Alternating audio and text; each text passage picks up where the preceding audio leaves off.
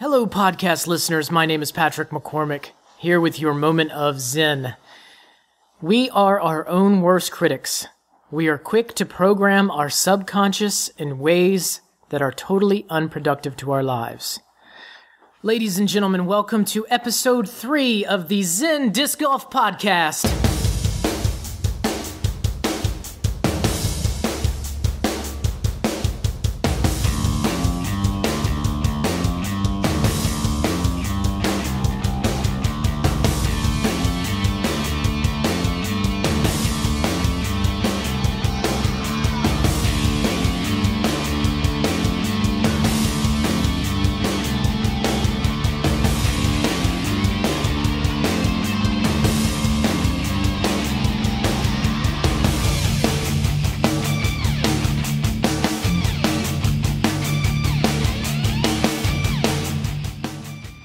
Hello and welcome to episode 3 of the Zen Disc Golf Podcast. If I'm sounding a little hoarse, it's because we've recorded 2 podcasts today.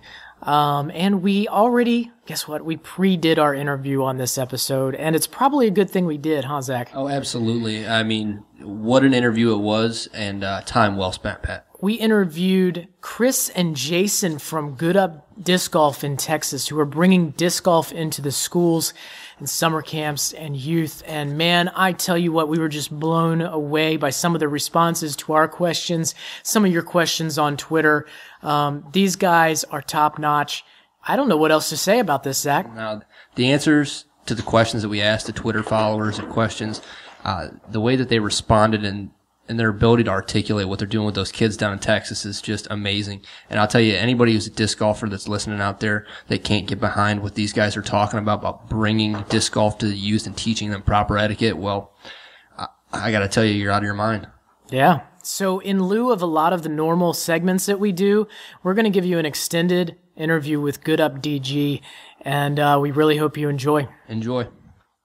All right, and we're back. We have Jason and Chris from Good Up Disc Golf. They are partnering with their city in Texas to bring disc golf and teach disc golf to elementary and intermediate kids. Jason and Chris, how are you today?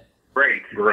Jason or Chris, you can field this. Tell us a little bit about yourself and how you got started with what you're doing. Personally, I haven't been playing the sport as long as Chris here has. I played a while back with my dad, and then didn't really know what the sport was, just something we did kind of for fun. And then about a year ago, I ran in and met Chris, and he really started kind of showing me the sport and opening my eyes to everything that it had to offer. And so since then, I've been just really intrigued by the opportunities and that are there for the sport to grow. Playing disc golf for about 7 years, and interestingly enough, I actually was introduced to disc golf through my old company. I worked for an architecture firm, and I was the cruise director, and my cruise director said, "Hey, why don't you get disc golf discs for everybody?" And I said, "What is that?" And so I actually went out, bought disc golf discs for our group, fell in love with the sport, and then pretty much a couple of years later quit my job and focused on doing disc golf, and I have some other business that I work in, but I'm so passionate about disc golf and kids. I knew immediately from the second that I threw, the first couple times I threw a disc, I was just like, wow, this is something that I would have played when I was a young man instead of an old guy, kind of over the hill. But I owned a small company called Life Disc Sports, and that's kind of where this spawned from, and we were kind of trying to do everything, pro shop, clinics, you just name it. We were trying tournaments, the whole thing, and what we found out was that our passion was for kids and that we wanted to refocus. And so Good Up actually was spawned out of Life Disc Sports, and now we've got a full head of steam, a complete focus that is driven directly towards kids and beginners. And that's just what we're going to do, and we're going to be focused on it, and we're going to be around for a long time pushing this thing. That's excellent. You guys sound super motivated, and I like the way that's headed. Yeah, and enthusiastic. It sounds like you are bringing to life what the kids are saying, grow the sport. Grow the sport. You are actually out there doing it. Tell us about how the actual Good Up started. We talked a little bit about y'all's background. How did you all come together and create and come up with the ideas for Good Up?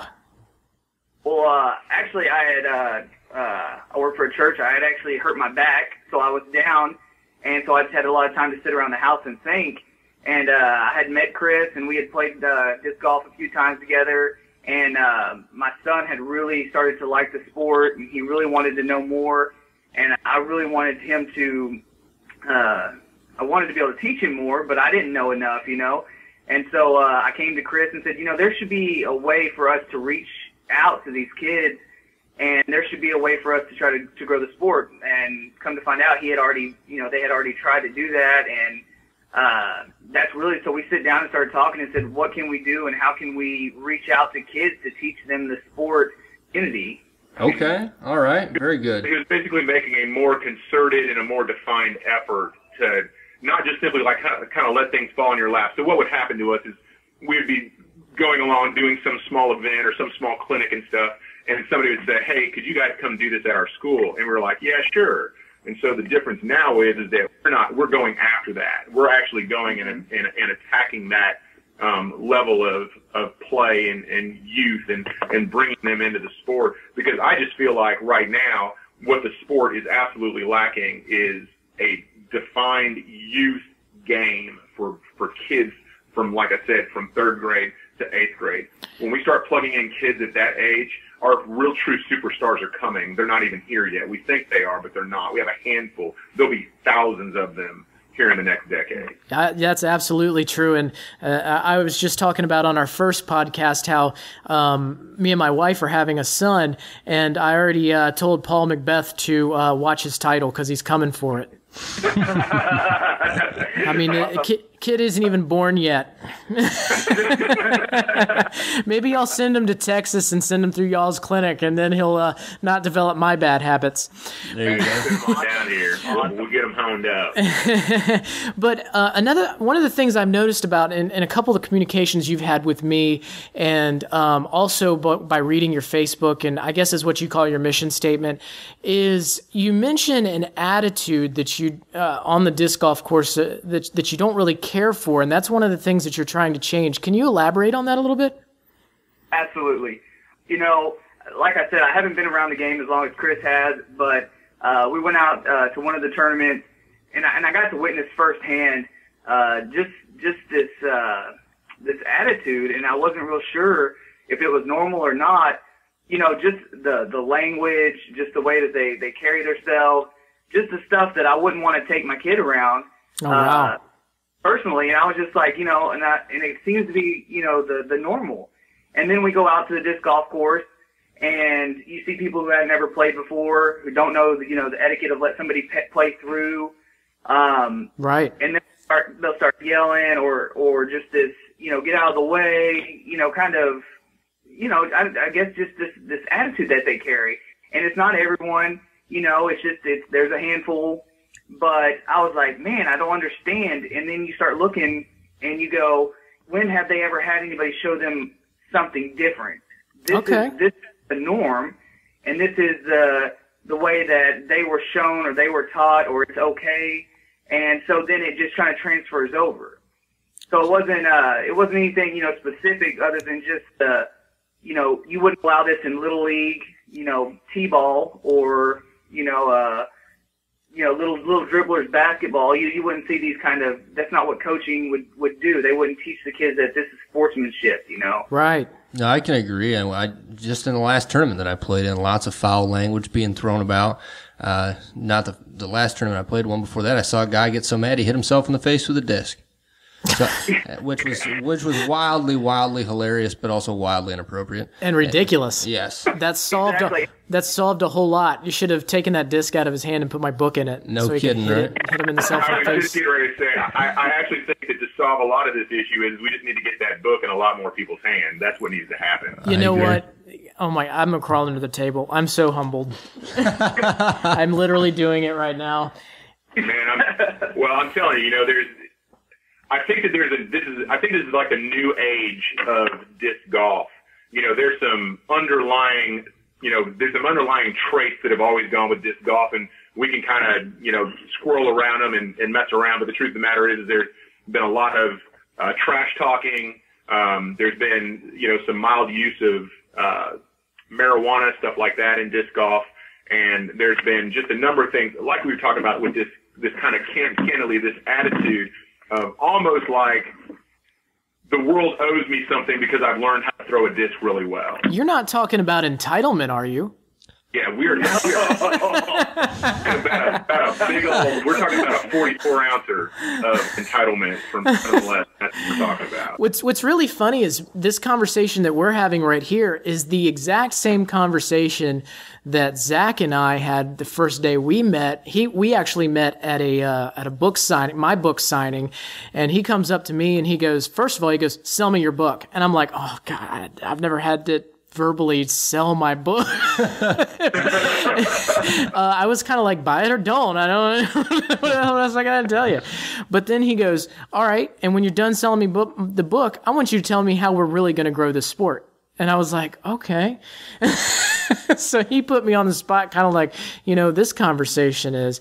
But I think you've hit the nail on the head. There, a lot of people talk about, and this is our third episode, and I think we're not allowed to talk about the term "grow the sport" anymore because we've pretty much hammered it. Pretty bad about it. I got to tell you guys, I agree with you wholeheartedly about the underlying issues that there are in the disc golf community, and I think it's an amazing approach. What you're doing is just taking it head on. I think that there needs to be more folks like you out there just driving that point home, that there needs to be sportsmanship, that we can all do a little bit better, and that the sport will grow faster.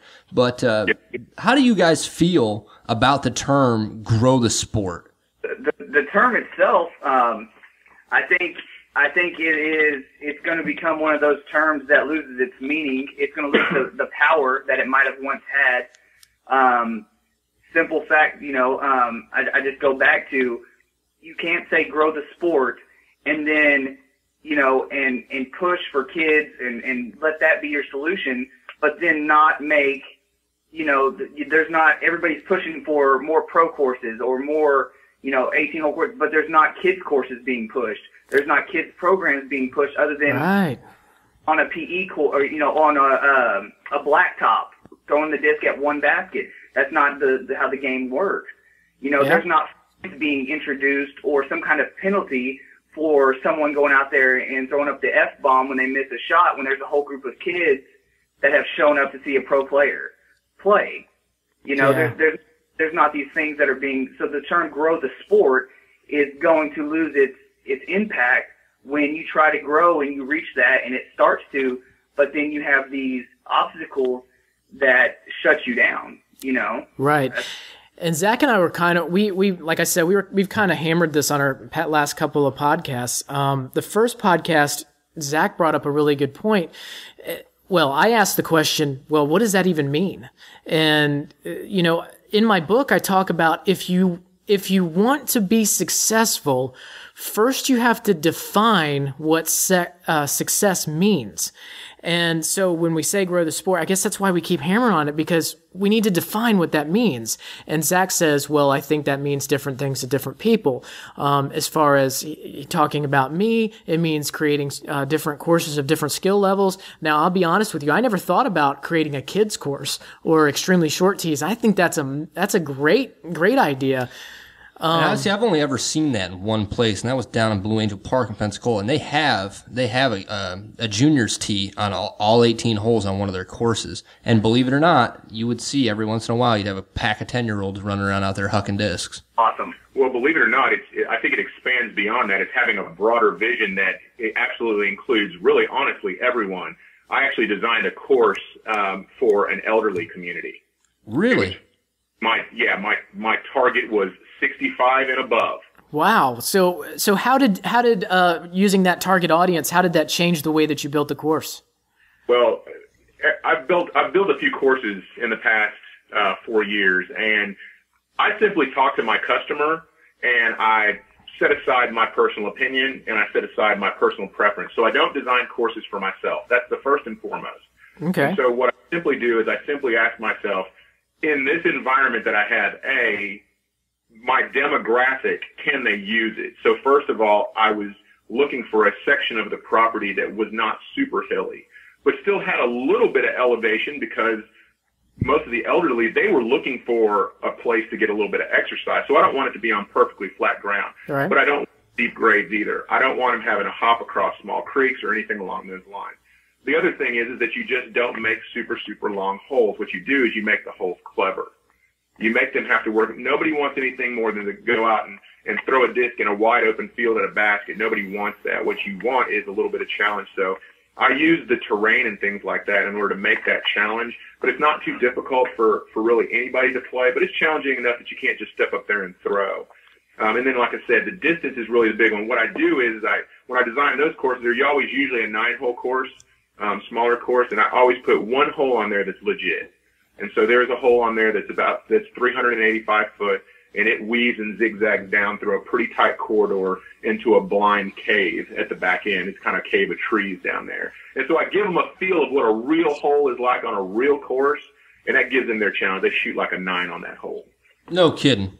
Yeah. That is awesome. That plan, just hearing you explain it, I mean, that to me is growing the sport. Yeah. Can we go back just a second, though? Because I actually want to address the growing the sport thing, because I have some pretty hot sports opinions. Go for it. Let's do it. Let's hear it. All right, so here's my thought is this. Do you know who Jackie Robinson is? Yes. Yes.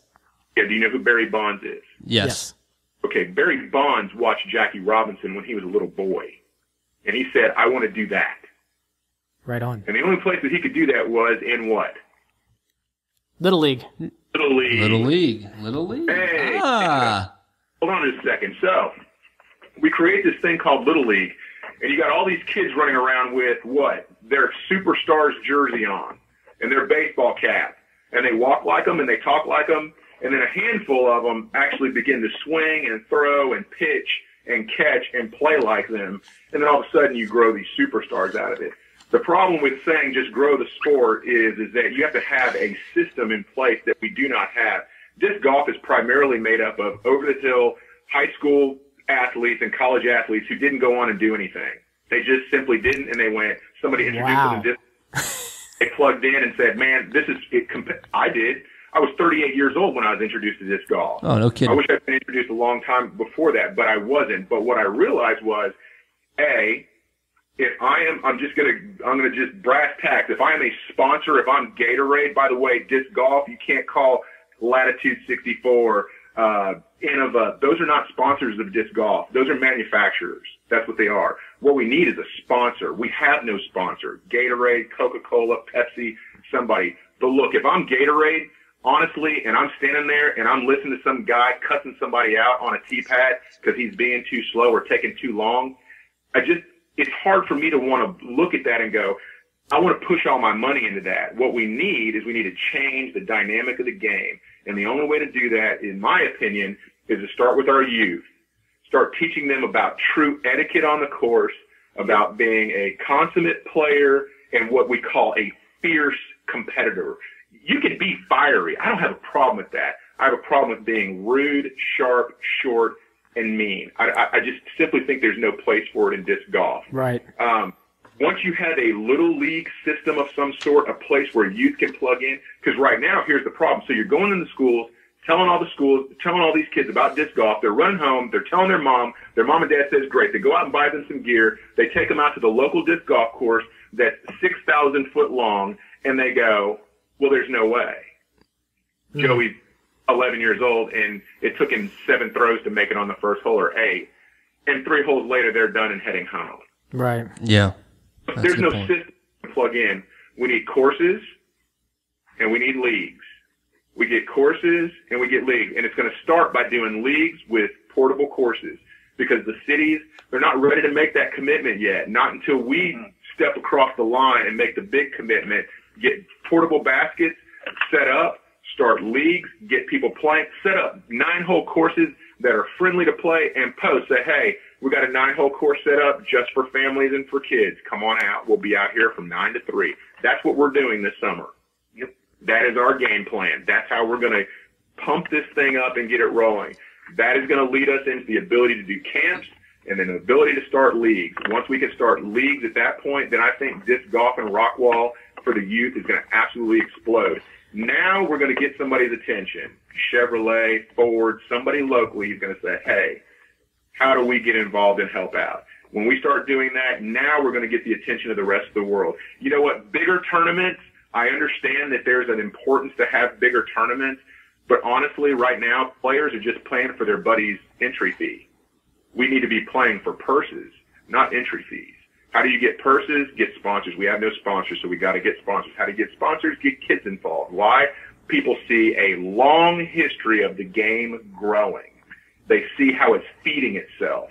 Once we see it feed itself and we see those athletes grow through and people are making the choice as disc golf is a sport that I want to play for life, it's going to happen. That's if there's one thing that I can appreciate, it's a man with a plan, and it sounds like you've pretty much got it down. And what you're doing right now, and I hope that this goes out to a lot of different people, because what you're doing right now is inspiring. You're inspiring other people to go out and do what you do, and it's going to catch on like wildfire. When you get people just as passionate and motivated as you two, and they hear that passion in y'all's voice, and they see that you have that plan to actually grow the sport, I think it's going to catch on. Absolutely. I'm excited about the pairing of Jason. Honestly, I've been looking and waiting for the right thing to come along, and when Jason came along and he said, "Hey, man, can we do something with this?" I was just stoked.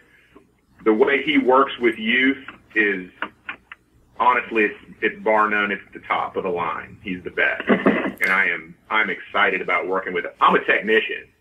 I love form and flow and pace and course management and things like that's me. And I'm good at teaching those things. Jason kids just flock to him. They flock to me too, but more for a different reason. They flock to him, just got this electric personality that just, you can't ignore it. You just simply can't. And I think paired with, my personality, I have a way of teaching kids. I'm kind of a big guy and kind of a deep voice, and they seem to listen a little bit more when I'm speaking and whatnot. So I think that we're going to have a really good opportunity to do some really awesome stuff. I can't wait to share some of the stuff, out of the Zen book with those kids, whatnot, because there's a lot that we're going to be using from this book when we're out there talking to these kids. Well, it's an honor to be your textbook. Really, when I started writing Zen and the Art of Disc Golf, it really was, it started as journal entries. I was going out every day on the course, and I was reflecting on the course, my life, and the game.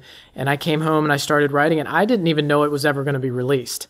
And when I did release it, and I don't tell a lot of people this, but I asked my wife asked me how many copies do you think you're going to sell? And I said, I don't know. I think success would be about 10. That was well over 1,600 copies ago, and I'm not trying to brag or anything, but that just tells me that there's a gap out there that it's filling, and I'm so humbled for you to say that you're going to be using it with. You're going to spend 10,000. You're going to sell 10,000 before long. And this is great stuff. There's a quote that's in the back here, and I was just telling my buddy Jason that I love this one. It says, "For those few seconds, time stands still, and all that matters in the world is a spinning disc in the wind. Everything in our mind is at peace, and when the disc lands, we want to do it all over again." And I told him my spin off of that is that's what I get when I teach somebody. Right. When I see it click for the first time for that person and the disc rips out of their hand, it's like I'm holding my breath and just watching this take place, and just in that moment with that person, watching that happen, and then watching the expression when they turn and look like, "Did you see that?" I'm like, "Of course I did." Wow, just watching their excitement. That's a really good segue to my next question for you. Saying that you like to use the book. Obviously, it's been proven that sports and athletics changes young people. How do you think that disc golf can help people develop mentally as competitors and as athletes and as human beings? Man, that's a good question. When you go back to each hole, taking the hole for what it is, because disc golf, it is a competitive sport, when you are out there playing.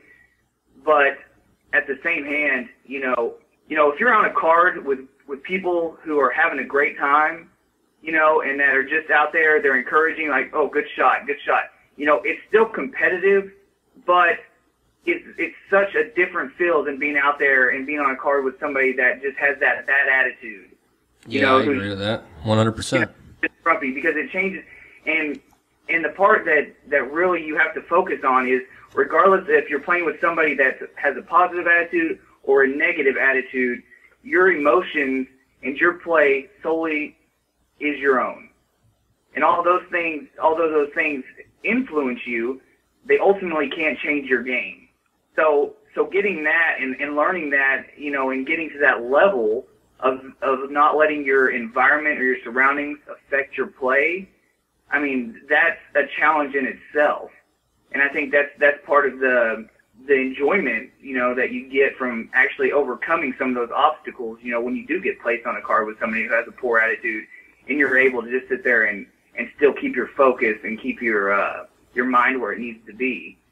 So, I don't know, that's how I feel about it. Just the competitive aspect of it is that you are competing against yourself ultimately.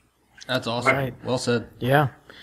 I'm sorry. I think for a lot of kids, obviously our lives in general from, very early on is a string of success and failures in life. That's basically what it really is. And for, a lot of, especially youth coming up, it is very difficult for children to get a grasp of failing is really just a part of life.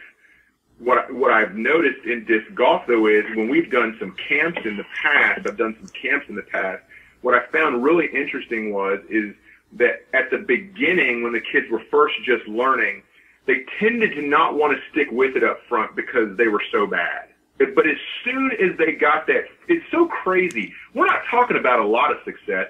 We're talking about that first glimmer of success. The disc flew out flat. Right. Absolutely. Your putt left your hand and actually hit the basket. Not chain, just hit the basket.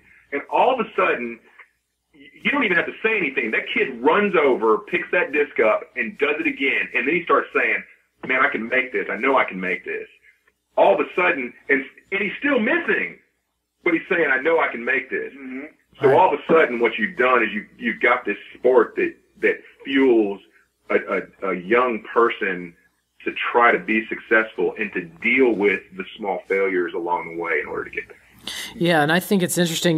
We talked about entitlement earlier, and how do you feel that the youth coming up today, they're not learning that failing is kind of a part of life, and that success is not always a straight arrow. Sometimes it's a real squiggly line. I don't know if you've ever seen that graphic, but the line to success is all over the place. But for some reason, we're teaching the kids that it's an absolute straight line. You're not gonna, if you fail, just quit. So I think that you hit the nail on the head with that. The failure is a part of life, and failure is not, absolutely a bad word at all times, as long as you don't look at it like failure. It's a lot of times we just need to change the language and say it's not a failure, it's a challenge. Exactly. Well said. Yeah.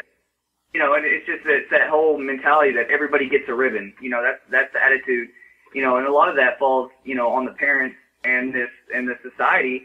And it's not. Everybody doesn't get a ribbon. Not everybody is a winner, and it's not, you don't go out there and call everyone losers that didn't get first, second, or third. But, not everybody is a winner. They can be successful in the fact that they have improved, or that they have continued to stick with it, so that they can be not necessarily a winner as in personality, but they can win maybe a mini or a tournament when they're older. Right. But it's the sense that, that they're a failure isn't the term that, you want to preach to the kids and say, you're a failure. No, you didn't win, but it doesn't mean you don't have the opportunity, just like everyone else, to be successful, to win. So I'm going to play a little bit of a devil's advocate here, guys. All right. So I'm going to be that kind of typical mom that's worried about her kids playing sports. So what would you tell me as the mom who's afraid that my kid's going to play disc golf and get hurt? You're afraid you're going to get hurt playing disc golf? Yep. I'm a mom. I've got 2 kids. I'm afraid that youth sports lead to injuries in kids. how can you kind of put me at ease about injuries in disc golf? I mean, honestly, for me, it's relatively simple. For me, being that the fact that I played for 7 years and then I put on, a number of clinics, I've been into about half of the elementary schools and taught disc golf, just the basics. The kids just simply how to throw, backhand, forehand, and how to putt. I have only seen one injury in the entire time that I have been doing that, and that injury came from a child throwing a direct point-blank disc into the side of another kid's head. No, that's not pleasant. Oh, no. Directly after we told them, explain to them that this is not a Frisbee. Frisbees are for catch. Disc golf discs are meant to hit chains, and that's the only thing that they should ever be thrown at. Right. That person was obviously set aside and moved on. But from accidental, we've just never really run into that. I think, some of the dangers that a child might run into is throwing from an uneven lie and keeping their balance. I would definitely let a parent know that there's possibilities of them, maybe falling and having to roll down a little bit of a hill or an incline, because I've been there before and done that. But as far as injury goes, I think that a kid playing on the playground at recess has a higher opportunity, a higher chance of being injured on a playground playing at recess than they ever would playing disc golf. Agreed. I agree with that as well. Well said. Well said. Then my other side of that is, and I'm supposed to be the positive Zen Disc Golf guy. Why shouldn't a kid get hurt now and again? It develops character. Exactly. I mean, if you've never dirt on it, then you have never experienced life. Exactly. How terrible is that Zen Disc Golf guy for saying that? Oh my God. and that's another thing that we at the Good Up, that's another thing we try to encourage is if the mom is that worried, then we are more than happy to put a disc in her hand and say, come on out and join us. Yep. Absolutely. Excellent. Grow the sport. Because there's no other way than to see it firsthand, and that's usually when a parent would back off and go, oh no, I think they'll be all right. That's a lot of walking, so. Yeah, maybe don't. So when we interview, and we've just kind of started this, you guys, you're episode 3, and this has blown me. Every episode we have had interviews have just been amazing. Yes, I agree. I'm sitting here and I'm like, I am so glad that I'm doing this podcast because people need to hear this, and especially from you guys. What you're saying is inspiring. But before we do the interview, I usually announce on Twitter who we're interviewing and where they're from, and ask if they have any questions. And I actually have some questions from Twitter followers. I don't know. Are y'all on Twitter at all? No, I haven't been. We just started the Twitter account, but we haven't actually. Since we're not really officially opening our doors until May. We've just been doing everything, getting the preparations ready. We haven't started the social media. Yeah, we have a few events already scheduled and things like that. Those are all coming up here real soon. Well, people actually had questions. I put down what you were doing, and I think that, like I said before, y'all are filling a gap, and they had questions about what you were doing, and I'd like to ask you some of those, and I think there'll be easy answers for you guys. Big B, let's see what his name is. Scott Dudek. At Scott Dude K. Oh, he's been following. Well, it could be Dudek. I'm not very bright. I've always said Scott Dude K. I don't know if that's wrong. I'm sorry. But he's labeled as Big B on Twitter. He says, how would others help their school systems to get the funding, land, and initiative to make it into the education system? Awesome. I think we've talked about this quite a bit, and it's come down to is are we going to want to donate a basket and 10 discs to the school so that during recess the kids can go out and have the option to play disc golf at PE so that they can putt around and so they can throw the disc just like they would play Foursquare or something else while we go into the schools and slowly, because schools don't obviously have the funding to sit here and put courses in or to to install baskets on their playgrounds yet. Hopefully, as we continue to get into these schools and we show up for free, not charging, with a portable basket and go out to this recess or to PE classes and show these kids what disc golf is, parents will usually do the work for us at that point. Enough kids start saying, we want to play disc golf, we want this, parents, usually that's what the PTA and that's really where they'll step up and say, why aren't our kids having the opportunity to do this more often? I definitely think success breeds success as far as this goes. So, you have to start small, and you have to have lofty goals. So you have to have the end in mind. The end in mind is that you want to have, let's say, a 6-hole or a 3-hole course on campus. So with the end in mind, you have to say, well, what do I have to do to get to this point? Does anybody in that school know anything about disc golf? The answer for most of them is no. When we first walked into the elementary schools a few years ago when I first started, man, literally nobody raised their hand. Anybody ever heard of disc golf? No, nobody did. So, you have to start there and introduce the game of disc golf into the schools. Mm-hmm. As you do that, then you have to begin to do clinics and camps. And then second of all, the thing that you want to do is that you got to work really tightly with the actual PE instructors. Trying to go at the big level, you're never going to get there. You have to actually go directly to the physical education instructors and say, hey, I'm so-and-so, and I would like to introduce disc golf into your school. Would you have some time to sit down and let me talk to you about what that would look like? Man, that's some good advice. Wow. And we actually have three or 4 days in a week that we go in and we do 3rd through 6th grade, all classes for 3 or 4 days. And then we actually sometimes we do it in the gym and do like putting and just basic throwing. And then we usually take it outside, set up a little mock course and actually let the kids play. So much so that we've done this in one of the schools that they actually have committed to. Last year they did their 6th grade field trip. The 6th grade field trip, their last one, was a disc golf event. It went over so successful. They said, we're doing it again, and our hope is just to turn this into an annual event. Oh, that's fantastic. Awesome. Yep. That is the only, in my opinion, that is one of the ways to get that going, because once you get parents, that was the thing. The parents that came and chaperoned said, this is fantastic. Why haven't we been doing this sooner? Nobody knew about the game. So now we've got one school committed to disc golf. I couldn't be happier than to just have that one. That means out of that, we're going to spawn others. And, and the good thing about that, a little side note, is that, the school buys there's 125 kids that come out, 6th graders, okay, mm-hmm. that show up to this. The school buys 125 custom stamped discs for the kids. That means 125 kids will get a disc in their hand to take home, to keep. They leave 6th grade with a disc. They leave 6th grade with a disc. That is fantastic. That's awesome. An experience. Ultimately, yes. The disc isn't so as important as the experience. The experience they have is this. I went out with my friends and my family and played this awesome game and really had a good time. That's it. If you get there and you get that beginning, all the rest will follow suit. The competitiveness will pull out of that. Absolutely. It sounds an awful lot like to me, that when people need to, when they throw around the hashtag on Twitter, grow the sport, that they really need to put a hashtag good up instead, because y'all are killing it. I'm sorry, but you guys are just downright impressive to me. Yeah.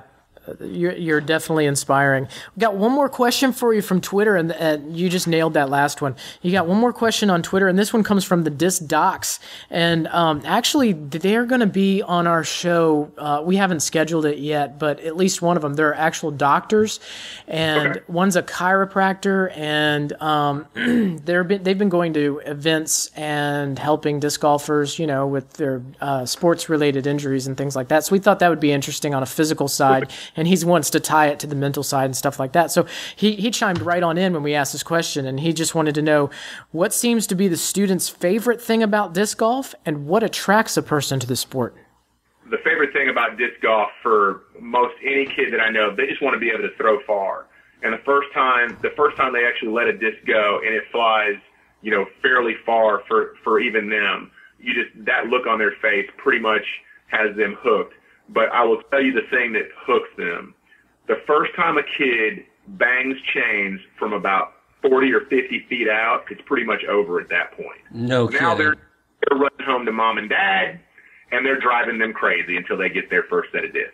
That's what I do with my wife. First time I hit 40, 50 feet out, I ran home, asked her if I could play this all the time. Yep. Wow. Within 1 week, when I first started playing, I threw a disc about 250 feet or something like that, just on a rope, and then I couldn't do it again. I mean, I just couldn't. So I was chasing after that. And then a week later, I made a putt from about 70 feet. And then I said I was going to be a pro player at that point. The truth is, I'm the king of wreck. That's me. I love the game and its simplicity. I'm a very competitive athlete. I played sports. I played football at Texas Tech. And honestly, this is the first sport that I've ever done, and I've just done it because I just love it and I have fun, and I want to keep it that way. Awesome. I have one more question for you, and then Zach, do you have Ring of Fire questions? Oh, you guys are getting the Ring of Fire. We've talked a lot of good, serious talk about growing the sport. I'm going to bring a little fun in at the end and send some rapid fire questions. Prepare yourself, gents. But my last... All right. No pressure. Zach's all about pressure. Oh, yeah. It's building. Don't cave. At the beginning of this episode, we read one of my parts from the book where I say, we are our own worst critics. We are quick to program our subconscious in ways that are totally unproductive to our lives. Can you tell me how, with the youth, that disc golf is going to help us deprogram being our own worst critics? I think because, it goes back to, having to encourage, I think by encouraging others, and knowing that we're not going to throw the farthest, we're not going to make every putt, we're not going to hit every line, but to take that and to keep moving forward with that positive attitude. Right. I think that is going to it's going to cause cause an effect. It's going to create change, because not every thought out of your mind, you're not going to program yourself to think negatively about everything you do, because you've seen the repercussions of negative actions on your game. You make a bad shot, you continue to think about that bad shot, you're going to continue to go down that path for the rest of your game. Right. You throw a bad shot, you pick yourself up, you get back into your zone, positive zone, you continue to go forward from then. Sometimes you gotta throw out. You throw a bad shot. If not, you're gonna be playing from jump to junk. Mm-hmm. It's okay just to toss out, and you gotta do that with your attitude as well. Sometimes it's okay to reset, go back, and then get back on that positive track. Oh wow, that's cool. You said sometimes you got to pitch out of your attitude. Yeah. That could have I couldn't have written that better. That was impressive. Well said. You couldn't have answered that question any better. Sometimes you got to pitch out your attitude. You guys have. Have you guys ever played disc golf and you get done playing the round and you didn't play the best round in the world, and your buddy who didn't play the best round in the world either, he still beat everybody, but he walked off the course and you could tell that he was irritated and that he was frustrated and that all he really wanted to do was just unload his bag into the lake. Yep. Oh yeah, hey, absolutely. Not only have I played with that person, I've been that person. Yes. And what's crazy is that I don't want to say that I'm ashamed, because it's actually been the progression of me as a disc golf player, and that is that I used to remember that feeling, and it was almost like I felt like I've been playing the game long enough where I shouldn't be making these kinds of mistakes, and so I found myself becoming ever frustrated with the game. And then I remembered waking up one day, and I just had a bad week, and I woke up and I grabbed my bag and I went out, and it was a beautiful morning, and I went out and threw, and I got done with my round, and I couldn't tell you what I scored, but all I could tell you at the end of the day is I got to play disc golf, and I'm happy. Amen. Amen. And that's really it. There is something in disc golf that is calming. There's something in disc golf that builds up this thing that makes us want to succeed, not just in disc golf, but in other areas of our lives, whether we're parents or, husbands or in the business place working. Something about disc golf makes us want to elevate everything. And I don't quite know why, but I can tell you this. That's the reason why I continue to play disc golf.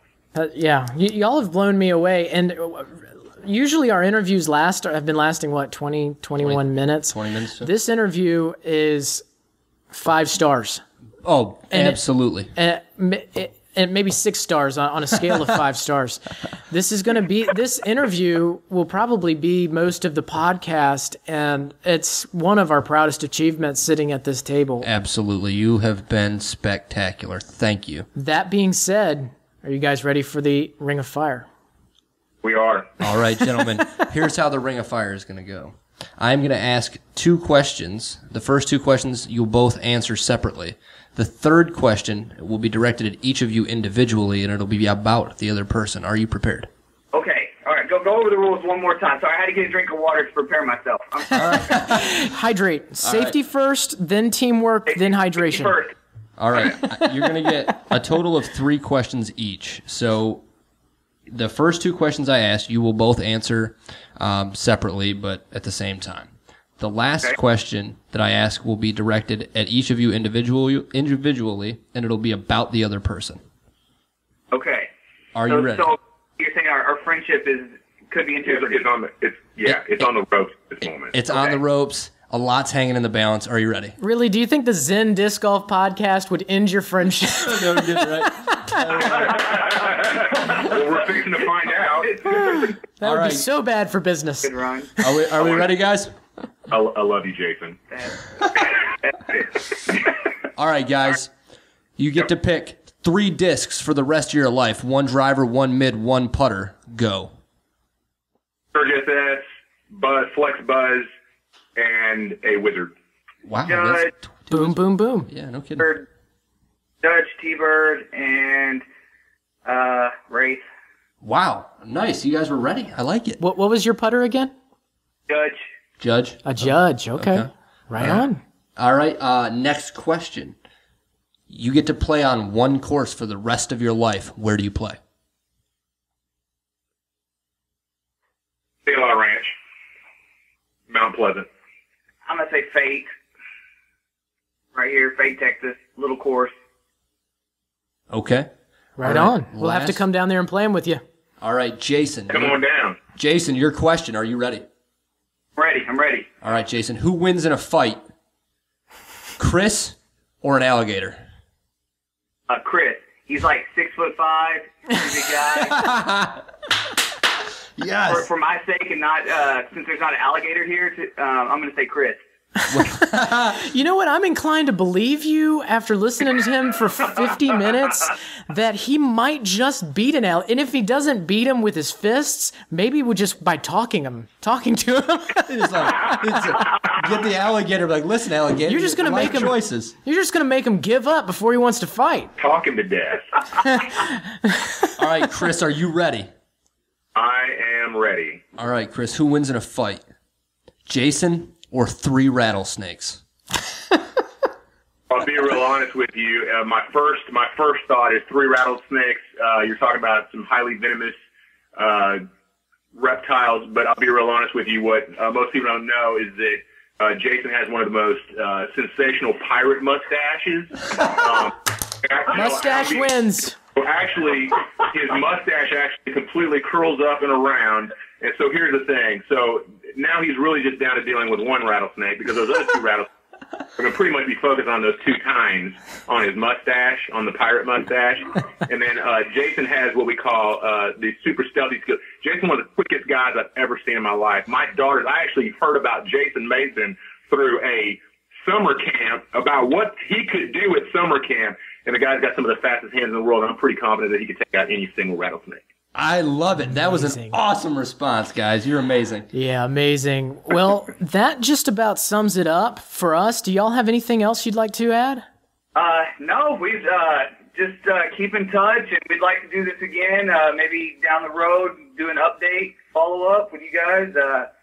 And we love the book, love what y'all are doing, and glad that you decided to start doing the podcast, man. I think it's amazing. Yep. Thank you guys for having us on. You know, obviously we've never done anything like this before, and it's just absolutely an honor to be on your podcast, because I'm telling you, your book is, man, it's solid gold in the disc golf world. Actually, that right there, just the average Joe could gain a lot from reading that book. Yeah. Well, I can't tell you how honored and humbled I am from hearing anyone say that, especially someone who's got as much passion as you.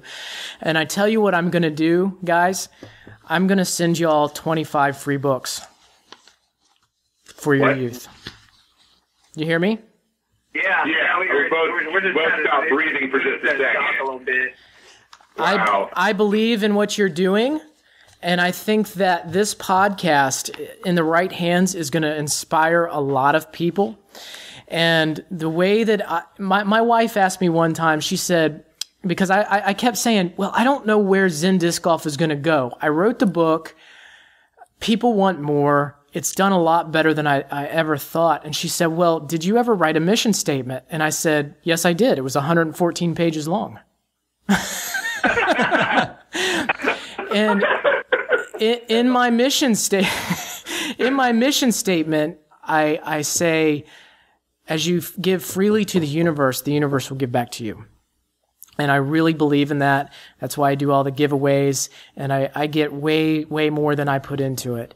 And I'm going to send you guys 25 books to do with as you please. You can give them to your youth. You can sell them to help fund what you're doing. That's not my concern, but I'm going to send them to you guys. I am blown away, man. We appreciate it. We really do. Yeah, we're gonna.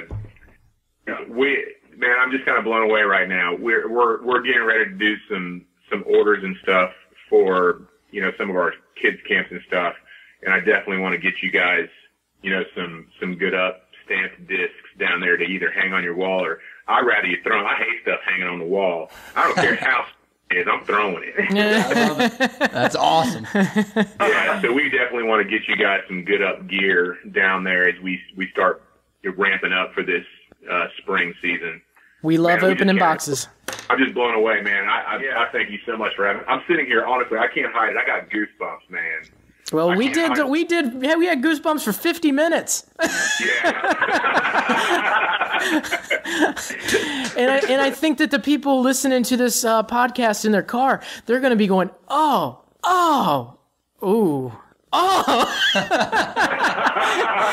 especially if some of the pros that are exhibiting some of the attitudes that you saw, they're talking about me. Well, maybe they'll clean it up.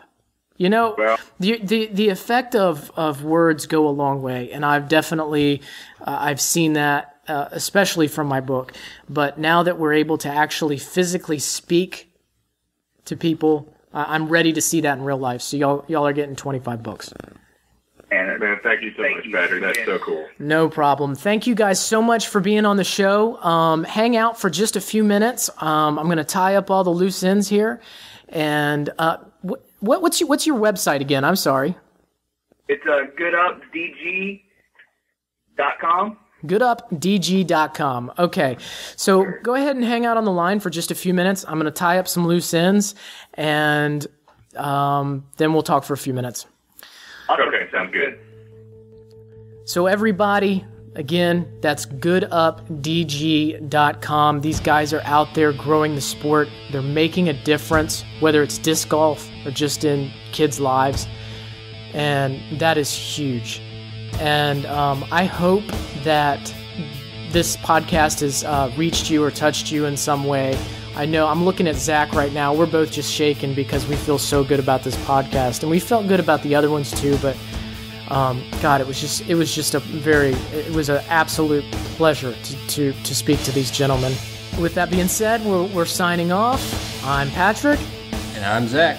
Always remember, most importantly, just throw.